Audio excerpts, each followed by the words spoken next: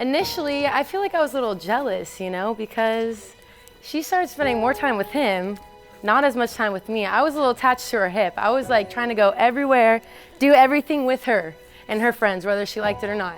I was there.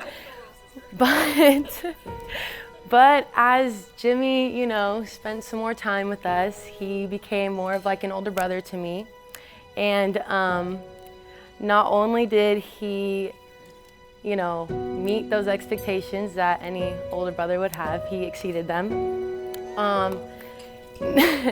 He always gave me a hard time, beat me up a little bit. He still does. But, at the end of the day, he always had my back.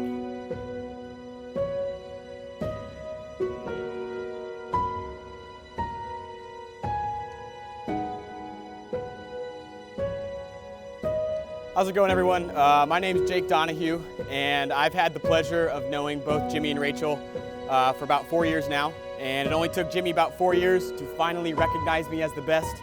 So thank you, and I appreciate it. Throughout the 4 years, Jimmy and I were pretty much attached as the hip. We spent 2 months at Fort Knox together. We spent 3 weeks in Hawaii together.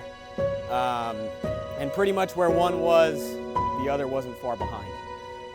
But I got to meet Rachel freshman year, and Jimmy can be described as being pretty honest, straightforward. Could be a little too honest and a little too straightforward, depending on who you ask. But Rachel always was able to bring out a side in Jimmy that no one else could. It was a more soft and gentle side. And I know you infantrymen are not supposed to be soft and gentle, so we won't tell anybody. Oh my God, holy cow, that is beautiful. I don't want to miss your makeup up. Wow. I love it. Oh my God. Okay, everything. Because the institution of marriage is important. You see, marriage is as old as creation itself. We read in the book of Genesis that marriage was the completion of creation. Scripture says that after God created Adam, he looked and said, "It is not good for man to be alone. So I will make a helper suitable for him."